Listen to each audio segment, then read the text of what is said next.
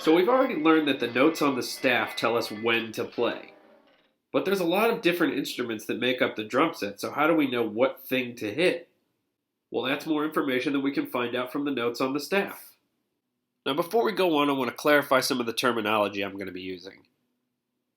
This part of the note is called the note head, and this is the stem of the note. So how do we know what to play? Each drum or cymbal on the drum set is represented by a line or space on the staff, and we can place a note on any of these lines or spaces, like this.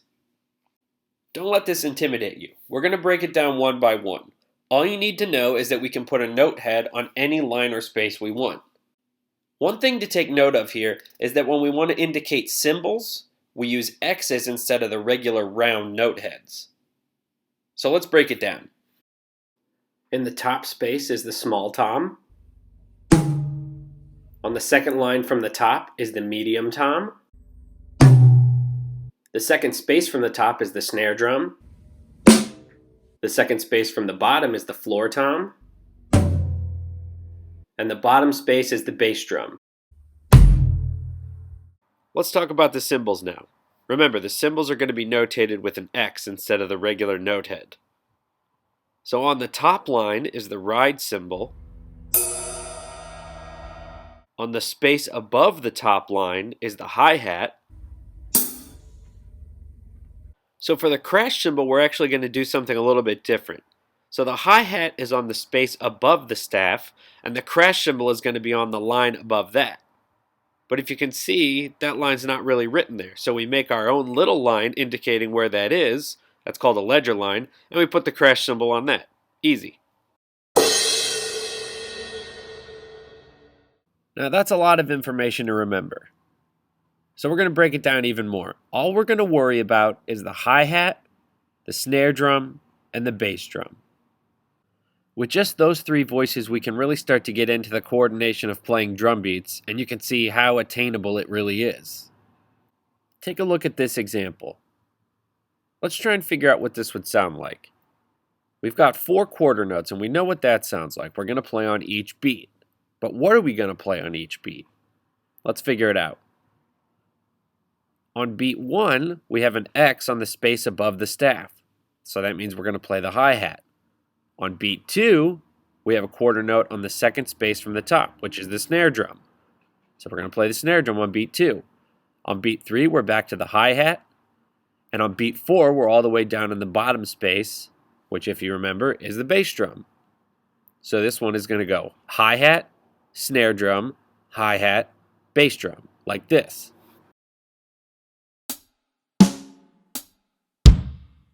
Let's hear that one more time. Make sense?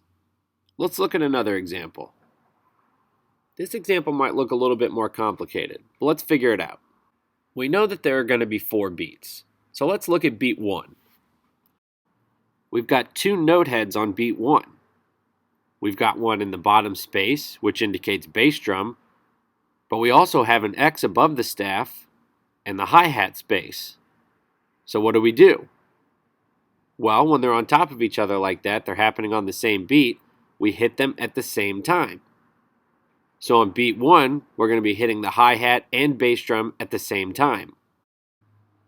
Beat 2 is something we've done before already. It's just a hi-hat note, so we're hitting the hi-hat on beat 2.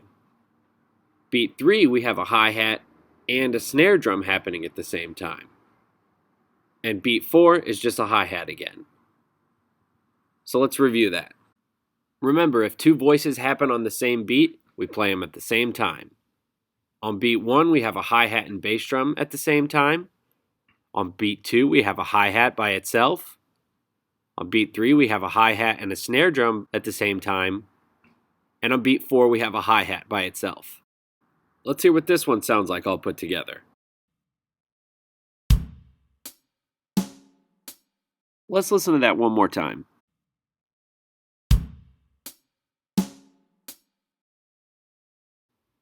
Believe it or not, we're ready for our next exercise.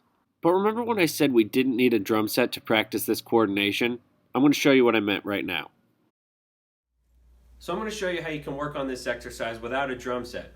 All you need is your arms and legs. You can do it sitting in a chair in your house, on the couch, watching TV, wherever. So all you have to remember is that we're going to use our right hand for the hi-hat, our left hand for the snare drum, and our right foot we're going to tap for the bass drum. So this first example you'd play like this.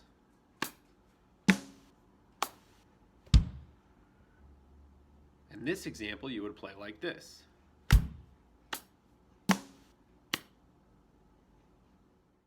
The exercise that goes with today's video can be found in the description below, as well as a few videos demonstrating how to play through it.